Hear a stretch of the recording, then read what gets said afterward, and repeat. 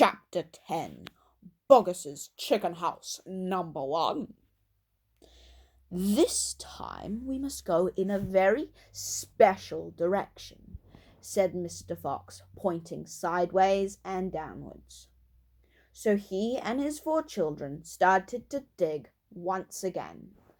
The work went much more slowly now, yet they kept at it with great courage, and little by little the tunnel began to grow. "Dad, I wish you could tell us where we're going," said one of the children. "I dare not do that," said Mr. Fox, "because this place I'm hoping to get to is so marvelous that if I described it to you, you would go crazy with excitement, and then, if we failed, which is very possible, you would die of disappointment.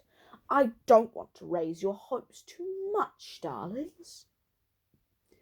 For a long, long time they kept on digging. For how long they didn't know, because there were no days and no nights down there in the murky tunnel. But at last Mr. Fox gave the order to stop. "I think," he said, "we had better take a peep upstairs now and see where we are. I know where I want to be, but I can't possibly be sure we're anywhere near it." Slowly, warily, the foxes began to slope the tunnel up towards the surface. Up and up it went, until suddenly they came to something hard above their heads, and they couldn't go any further. Mr. Fox reached up to examine the hard thing. "It's wood," he whispered. "Wood planks." "What does it mean, Dad?"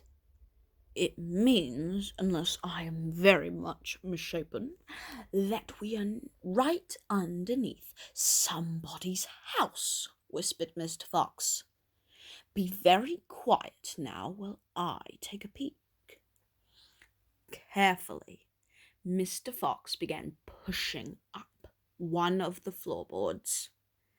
The board creaked most terribly, and they all ducked down, waiting for something awful to happen. Nothing did.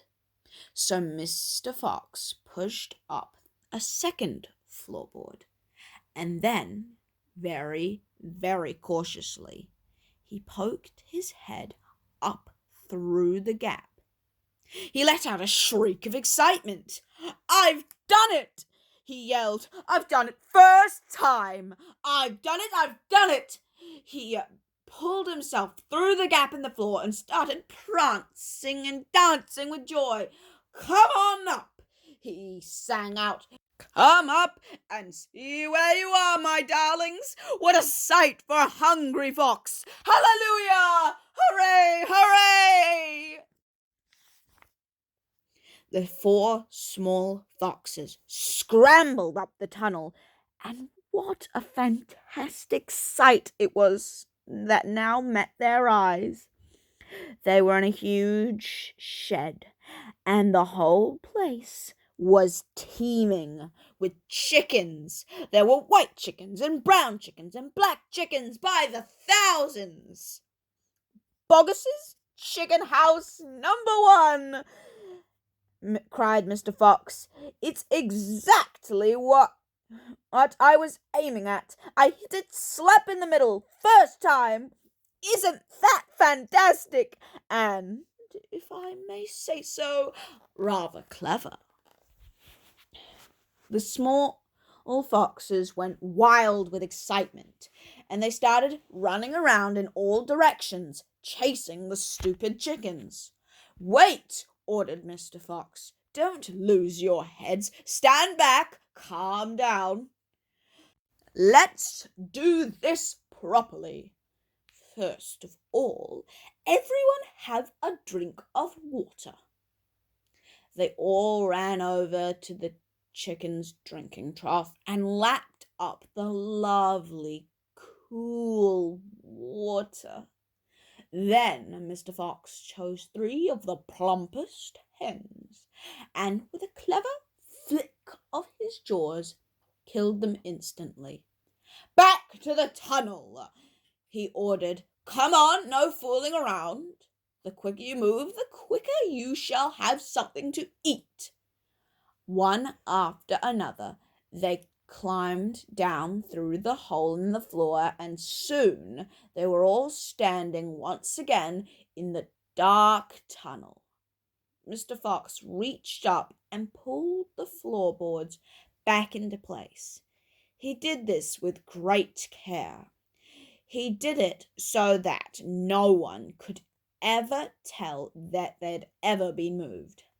"My son," he said, giving the 3 plump hens to the biggest of his 4 small foxes.